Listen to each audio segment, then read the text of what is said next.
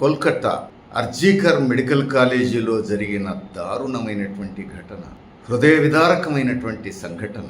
ఒక యువ వైద్యురాలు దారుణంగా సామూహిక లైంగిక దాడికి గురై హత్యకు గురైనటువంటి సంఘటన. ఆ వివరాలు చూసినటువంటి మహిళలు, సోషల్ మీడియాలో దానికి సంబంధించినటువంటి సమాచారం గమనించిన మహిళలు అనేక మంది తినాలనిపించట్లేదంటున్నారు, నిద్ర పట్టట్లేదంటున్నారు, మనసులో లేదంటున్నారు. ఎక్కడో కోల్కతాలో జరిగిన ఘటన. హైదరాబాద్ నగర నడిబొడ్డున మహిళలకు నిద్ర పట్టట్లేదు, గొంతులోకి మెతుకుపోవట్లేదు. ఏమిటి సంబంధం? ఎందుకు ఈ స్పందన? అసలు ఏం జరిగింది? ఒక దారుణమైనటువంటి హృదయ విదారకమైనటువంటి దాడి. మరో నిర్భయ కేసు ఇది మనకిప్పుడు గుర్తొస్తోంది. ఢిల్లీ మహానగరంలో నడుస్తున్న బస్సులో ఒక మహిళ మీద జరిగినటువంటి రాక్షస కృత్యం. అదే నిర్భయ కేసుగా ప్రచారంలోకి వచ్చింది. దేశవ్యాపితమైనటువంటి ఉద్యమానికి దారితీసింది. ఇప్పుడు కోల్కతా నడిబొడ్డున మరొక నిర్భయ కేసు ముందుకొచ్చింది. మరి ఇప్పుడు కోల్కతా పశ్చిమ బెంగాల్లో ఉన్నది. పశ్చిమ బెంగాల్ మహిళా ముఖ్యమంత్రి పరిపాలిస్తున్నటువంటి రాష్ట్రం. ఒక మహిళ పరిపాలిస్తున్న రాష్ట్రంలో మహిళలకు ఇలాంటి అభద్రత, ఇంతటి రాక్షస కేళికి అవకాశం ఇచ్చిన ఘటనలు ఎట్లా సాధ్యం? ఇది అందరికీ ఆశ్చర్యం కలిగించే విషయం. దాడికి గురైనటువంటి మహిళ జననాంగాల్లోంచి, కండ్లల్లోంచి రక్తం కారుతోంది. శరీరం అంతా రక్తసిక్తమైంది. 2 కాళ్ళు, ఎడమకాలు ఎడమవైపు, కుడికాలు కుడివైపు 90 డిగ్రీలు విరిచి, ఇది మనం మాట్లాడడమే కష్టంగా, ఇది వినడం కూడా కష్టం. బాధితురాలి కారు కూడా ధ్వంసం చేశారు. ఆ రోజు సామూహిక లైంగిక దాడికి, రాక్షస కేళికి, కారు ధ్వంసానికి ఏమైనా పోలికుందా? అది కేవలం కొద్దిమంది పురుషుల అఘాయిత్యమే అయితే లైంగిక దాడితో ఆగుతుంది. లేదు, తాగి తందనాలాడడం వల్ల జరిగినటువంటి ఘోరమైతే అది రాక్షస కృత్యంగా కూడా పరిణమించవచ్చు. మరి ఆ అమ్మాయికి సంబంధించిన కారు కూడా ధ్వంసం చేయాలని ఎందుకు అనిపించింది వారి? ఈ 3 అంశాల మధ్య ఉన్న అంతఃసంబంధమే. ఇది కూడా ఇప్పుడు దేశంలో అందరూ పరిశీలించాల్సిన విషయం. ఇదంతా ఒక భాగం. బిడ్డ మృతదేహాన్ని చూడడానికి వచ్చిన తండ్రికి 3 గంటలు ఎందుకు పట్టింది సమయం? బిడ్డ మృతదేహం చూడడానికి తండ్రికి 3 గంటలు సమయం పట్టాలా? ఎందుకు వేచి ఉండాలి? వేచి ఉండాల్సిన అగత్యం ఏమిటి? అడ్డుకున్న వాళ్ళెవరు? ఆటంకపరిచిన వాళ్ళెవరు? ఇది కూడా దేశమంతా అడగవలసిన ప్రశ్న. ఇంత జరిగితే సహజంగానే అందరికీ గుర్తొచ్చేది పోలీసులు ఏం చేశారు? మీ బిడ్డ ఆత్మహత్య చేసుకున్నది అని తండ్రికి సమాచారం ఇచ్చారు. బిడ్డ ఆత్మహత్య చేసుకుంటే ఆమె కారు ధ్వంసం చేశారా ఇతరులు? బిడ్డ ఆత్మహత్య చేసుకుంటే 2 కాళ్ళు విరిచారా? కళ్ళల్లోంచి, జననాంగాల్లోంచి రక్తం ఎలా వచ్చింది? కత్తితో పొడుచుకుంటే ఇవి జరగవే? ఉరి వేసుకుంటే ఇవి జరగవే? బిల్డింగ్ మీద నుంచి దూకిపడి చచ్చినా ఇవి జరగవే? మరి ఇంకే పద్ధతుల్లో ఆత్మహత్య చేసుకున్నట్టు పోలీసులే చెప్పాలి. పోలీసులు మాత్రం తండ్రికి నీ బిడ్డ ఆత్మహత్య చేసుకున్నదని సమాచారం ఇచ్చారట. అంతేకాదు, సమస్య దేశమంతా పాకిన తర్వాత, వార్త దేశమంతా పాకిన తర్వాత, ఇది పెద్ద ఆందోళనకు దారితీసిన తర్వాత పోలీసులు చేసిన పని మరింత సిగ్గు చేటైనటువంటి చర్యగా. పోలీసులు తండ్రి నోరు విప్పకుండా ఉండడానికి తండ్రికి లంచం ఆఫర్ చేశారు. ఆ విషయం కూడా తండ్రే బట్టబయలు చేశారు. అంటే తండ్రి నోరు విప్పి వాస్తవాలు మాట్లాడకుండా ఉండడానికి పోలీసులు తండ్రికి లంచం ఇచ్చే ప్రయత్నం, తన బిడ్డ శవానికి వెలకట్టే ప్రయత్నం, తన బిడ్డ శీలానికి వెలకట్టే ప్రయత్నం. ఏమనుకోవాలి? ఎక్కడి నుంచి వచ్చింది ఇంత ధైర్యం పోలీసులకు? ఎట్లా సాధ్యం? ఇంత జరిగిన తర్వాత కూడా తండ్రికి బేరం పెట్టేటువంటి ధైర్యం పోలీసులకు ఎట్లా వచ్చింది? ఇది ఒక భాగం. అసలు ఆ కాలేజీ ప్రిన్సిపల్ ఏం చేశారు? కాలేజీ ప్రిన్సిపల్ ఈ ఘటన తెలిసిన మరుక్షణం సహజంగా తల్లిదండ్రులకు సమాచారం ఇస్తారని అనుకుంటాం, సహజంగా పోలీసులను పిలుస్తారని అనుకుంటాం, సహజంగానే ఘటన జరిగినటువంటి ప్రాంతంలోకి ఇతరులు రాకుండా, ఆనవాళ్లు చెరిపేయకుండా తగిన కట్టుదిట్టం చేస్తారని అనుకుంటాం. కానీ ప్రిన్సిపల్ ఇవేవి చేయలే. తల్లిదండ్రులకు చెప్పాలనిపించలేదు ఆయనకు, పోలీసులను పిలవాలనిపించలేదు, చుట్టుపక్కల ఉన్నటువంటి ఆనవాళ్లను చెదరకుండా చూడాలని అనిపించలేదు. మరి ఏం చేశారు ఆయన? సాక్ష్యాలను లేకుండా చేసే ప్రయత్నాలన్నీ చేశాడని ఇప్పుడు వార్తలు వస్తున్నాయి. తక్షణమే సాక్ష్యాలు కనపడకుండా చేసే చర్యల్లో ఆయన నిమగ్నమై ఉన్నారని. సాక్ష్యాలు లేకుండా చేయాల్సిన అవసరం ప్రిన్సిపల్కి ఏమొచ్చింది? కాలేజీకి అధిపతి ప్రిన్సిపల్. కాలేజీలో చదువుతున్న విద్యార్థులకు రక్షణ కల్పించాల్సిన బాధ్యత ప్రిన్సిపాల్ది. కాలేజీని కాలేజీగా నడపాల్సిన బాధ్యత ప్రిన్సిపాల్ది. అలాంటిది ఇంత దారుణమైనటువంటి సంఘటన జరిగితే ఇంతటి రాక్షసకాండ జరిగితే సాక్ష్యాలు లేకుండా చేసే ప్రయత్నాల మీద ఎందుకు దృష్టి పెట్టారు ప్రిన్సిపల్? ఇది ఇప్పుడు అందరినీ ఆలోచింపజేస్తున్నటువంటి సమస్య. ఇవన్నీ ఒక భాగం. వీటి మీద చర్చ మొదలు కాగానే ప్రిన్సిపల్ ముందు ఎవరిని నిందిస్తున్నారు? బాధితురాలిని నిందిస్తున్నారు, చనిపోయిన అమ్మాయిని నిందిస్తున్నారు. చనిపోయిన అమ్మాయి మీద దుష్ప్రచారం చేస్తారు. తన బిడ్డ అయితే అలాగే మాట్లాడతాడా? ఆ స్థానంలో తన భార్య ఉంటే అట్లనే మాట్లాడతాడా? ఇప్పుడు దేశంలో పౌరులంతా ఆలోచించాలి. ఆ స్థానంలో నా బిడ్డ ఉంటే నేను ఎలా స్పందిస్తాను? ఆ స్థానంలో నా కుటుంబ సభ్యురాలు ఉంటే నేను ఎలా స్పందిస్తాను? ఇప్పుడు దేశమంతా తల్లులు బిడ్డలు అందరూ స్పందిస్తున్నది ఆ కోణంలోనే. తిండి రుచించట్లేదంటున్నారు, గొంతులోకి మెతుకుపోవట్లేదంటున్నారు. ఎక్కడో కోల్కతాలో జరిగితే హైదరాబాదులో తినలేకపోతున్నాం అంటున్నారు. ఎందుకు?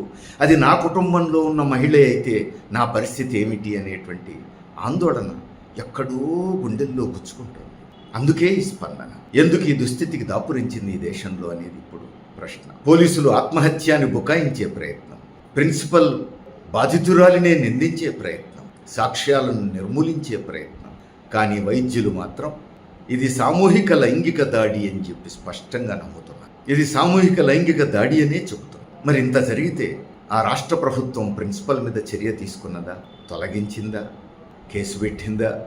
జైలుకు పంపిందా? సహజంగానే ఇవన్నీ వెనువెంటనే జరగాల్సినటువంటి చర్యలు కదా అనుకుంటాం.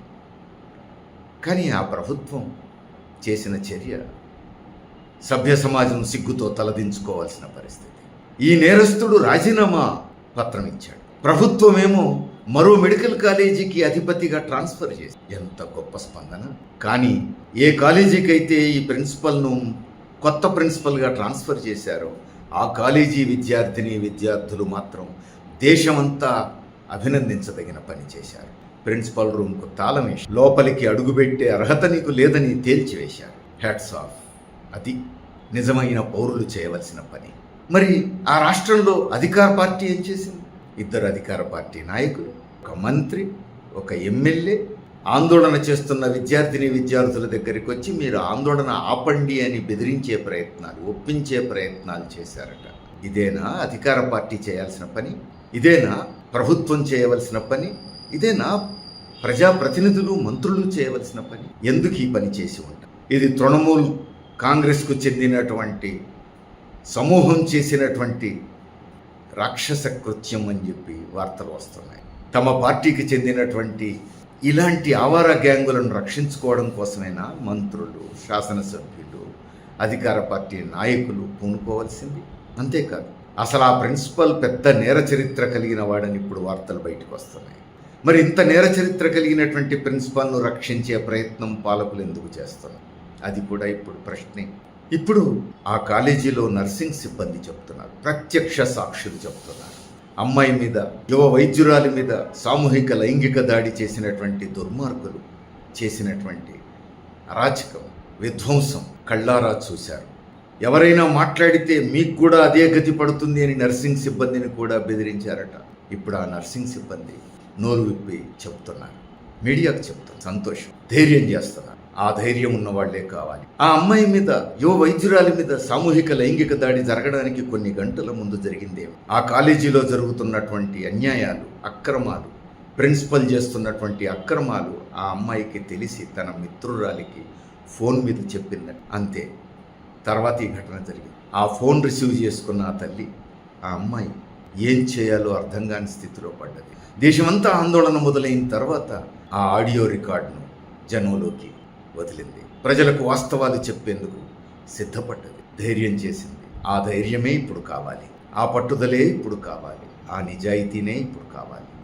సరైన పని చేసింది. నర్సింగ్ సిబ్బంది ప్రత్యక్ష సాక్షులుగా విషయాలు చెబుతున్న తర్వాత, ఈ ఆడియో రికార్డు బట్టబయలైన తర్వాత పోలీసుల బాణీ మారింది, పోలీసుల మాట మారింది, అధికారుల మాట మారింది, ప్రభుత్వం మాట మారింది. ముందు చెప్పిన దానికి తర్వాత చెప్పేదానికి పొంతన లేదు. ఎందుకు ఈ తడబాటు? ఎందుకు ఈ నాటకాలు ఆడుతున్నారు? ఎవరి కళ్ళు గప్పే ప్రయత్నం చేస్తున్నారు? దేశమంతా నిలదీయవలసినటువంటి సందర్భం. మనందరికీ తెలుసు, నిర్భయ వ్యతిరేక పోరాటం దేశవ్యాప్తంగా ఉవ్వెత్తున లేచి ఒక పెద్ద మహా ఉద్యమం అయింది. ముఖ్యంగా మహిళలు కదిలారు. రాత్రి 9 గంటలకు బస్సులో ఎందుకున్నది అమ్మాయి అని చెప్పేసి దుష్ప్రచారం చేసిన వాళ్ళు ఉన్నారు. అప్పుడు లైంగిక దాడి చేస్తుంటే అన్నా నా మీద దాడి చేయకు అని ఆ అమ్మాయి అని ఉంటే లైంగిక దాడి చేసేవాడు ఆగి ఉండేవాడు కదా అని ఒక స్వామీజీ సిగ్గుతో తలదించుకోవాల్సిన వ్యాఖ్యలు చేశాడు. అలాంటి సమయంలో రాత్రి 9 గంటలకు మహిళ బయటికి రావద్దా అని దేశంలో మహిళలు ప్రశ్నించారు. అర్ధరాత్రి నడి బజారులో ధైర్యంగా ఒంటరిగా ఒక మహిళ నడయాడిన నాడే నాకు నిజమైన స్వాతంత్ర్యం అన్న మహాత్మా గాంధీ మాటలు గుర్తొచ్చినాయేమో ఆ మహిళలకు. అంతే, రాత్రి మాదే పగలు మాదే అని నినాదం ఇచ్చారు. అర్ధరాత్రి 12 గంటల తర్వాత నగరాల నడిబొడ్డున ప్రదర్శనలు చేశారు. చూసాం మనం హైదరాబాద్ నడిబొడ్డున కూడా మహిళలు వేలాది మంది అర్ధరాత్రి తర్వాత చేరుకొని ప్రదర్శనలు చేశారు. రోడ్ల మీద 2, 3 తెగించి ఆ స్థలానికి కిలోమీటర్ల పర్యంతం నడుచుకుంటూ వెళ్ళారు. ఏ ధైర్యంతో, ఏమైతే అదైంది అనే ధైర్యంతో, ఆ పట్టుదలతో మహిళలు కదిలారు. రాత్రి మాదే పగలు మాదే అని ప్రతిస్పందించి ఈ ఉద్యమాల ఫలితం స్త్రీలు పురుషులు అన్న తేడా లేదు.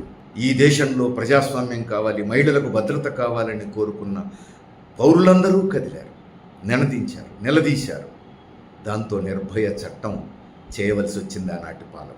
ఇంత జరిగిన తర్వాత దేశంలో ప్రజలకు ఒక నమ్మకం ఏర్పడ్డట్టున్నది.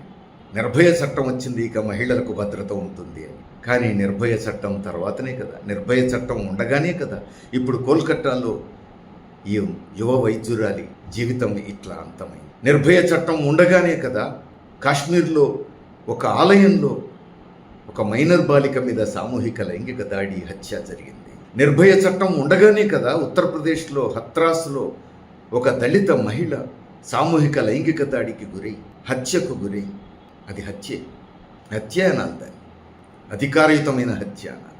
అలాంటి హత్యకు గురై నవిసి హాస్పిటల్లో చిత్రహింసలు బాధపడి ప్రాణాలు విడిచింది. నిర్భయ చట్టం ఉండగానే కదా గుజరాత్లో బిల్కిస్ బాను సామూహిక లైంగిక దాడి చేసిన దుండగులు జైలు నుంచి రాష్ట్ర ప్రభుత్వం విడుదల చేస్తే బయటకు వచ్చారు. అందుకని నిర్భయ చట్టం వచ్చి దేశంలో మహిళల మీద లైంగిక దాడులనేమి ఆపలేకపోయింది. కానీ ప్రజల్లో నిర్భయ చట్టం వచ్చింది, ఇంకేం కాదు, మాకు భద్రంగా ఉంటామనే ధైర్యం ఏమైనా వచ్చిందేమో, అలాంటి నమ్మకాలు కలిగినాయేమో. కానీ ఇప్పుడు ఆ నమ్మకాలన్నీ వమ్మైంది. నిర్భయ చట్టం మహిళలకేమీ భద్రత కల్పించలేకపోయింది. ఆ తర్వాత కొన్ని ఘటనలు చూస్తే మహిళల మీద ఇలాంటి రాక్షస కృత్యాలకు పాల్పడ్డ దుర్మార్గులను అధికార పార్టీలు రక్షణ కల్పించే ప్రయత్నం మొదలైంది, ప్రభుత్వాలే రక్షణ కల్పించే ప్రయత్నాలు మొదలైనవి. కాశ్మీర్ ఆలయంలో మైనర్ బాలిక మీద 7 దుండగులు సామూహిక లైంగిక దాడి చేసి హత్య చేస్తే వారం రోజుల తర్వాత ఘటన బయటపడితే పోలీసు ఉన్నతాధికారులు చారిత్రాత్మకంగా కదిలారు, గొప్ప స్పందన చూపించారు, దుండగులను కటకటాల వెనుక నిలబెట్టారు. అనేక చోట్ల పోలీసుల మీద మనం ఆరోపణలు చూస్తాం. ఇప్పుడు కోల్కతాలో కూడా పోలీసుల దుర్మార్గం, పోలీసుల తప్పుడు పద్ధతులు చూస్తున్నాం మనం. కానీ కాశ్మీర్లో పోలీసు అధికారులు బాధితురాలికి న్యాయం చేసే ప్రయత్నం, దుర్మార్గులను కటకటాల వెనుక పెట్టే ప్రయత్నం చేశారు. అలాంటి పోలీసులను అభినందించాలి కదా. కానీ ఆ రాష్ట్ర ప్రభుత్వం మాత్రం ఆశ్చర్యకరంగా భిన్నంగా వ్యవహరించింది. ఆ రాష్ట్రంలో 2 మంత్రులు బహిరంగంగా రోడ్డు మీద ప్రదర్శనలో పాల్గొన్నారు. కటకటాల వెనక ఉన్న ముద్దాయిలను విడుదల చేయాలని నినాదాలు ఇస్తూ మంత్రులు, విలేకరులు అడిగారు, మంత్రులు మీరు పోలీస్ అధికారులను అభినందించాల్సింది పోయి మీరెందుకు వారిని విడుదల చేయాలని ప్రదర్శనల్లో కూడా పాల్గొంటున్నారు అని అంటే, తమ బీజేపీ రాష్ట్ర అధ్యక్షుడి ఆదేశం మేరకు తాము ప్రదర్శనలో పాల్గొన్నామని చెప్పారు. అంటే అధికార పార్టీ నిందితులకు అండగా నిలబడతారా? నిలబడ్డారు. తర్వాత ఉత్తరప్రదేశ్లో హత్రాస్లో జరిగింది ఏమిటి? ఒక దళిత యువతిని 4 దుండగులు కిడ్నాప్ చేసి సామూహిక లైంగిక దాడి చేసి నడుములు విరక్కొట్టి సాక్ష్యం చెబుతుందేమో, వాస్తవం చెబుతుందేమోనని నాలుక కత్తిరించి ఎంత ఒళ్ళు జలధరించే ఘటన. హాస్పిటల్లో 15 రోజులు విలవిల్లాడింది ఆ తల్లి.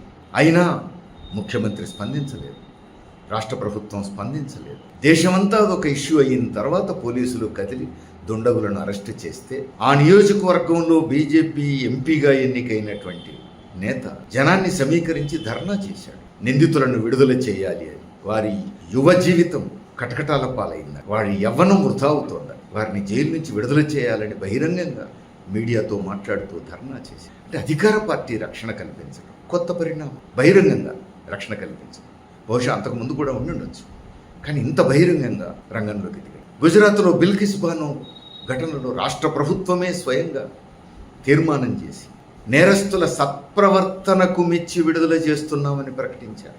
ఎంత దారుణం! అంటే అధికార పార్టీనే నిందితులకు రక్షణగా నిలవడం, కాపాడే ప్రయత్నం.